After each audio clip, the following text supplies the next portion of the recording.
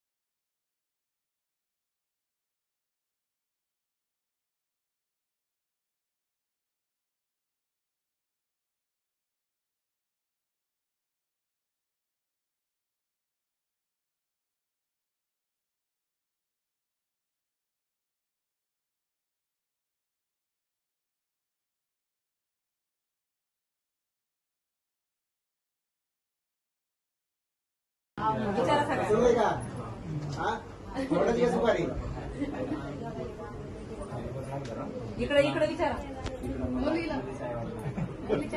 वडिलांना, आईला.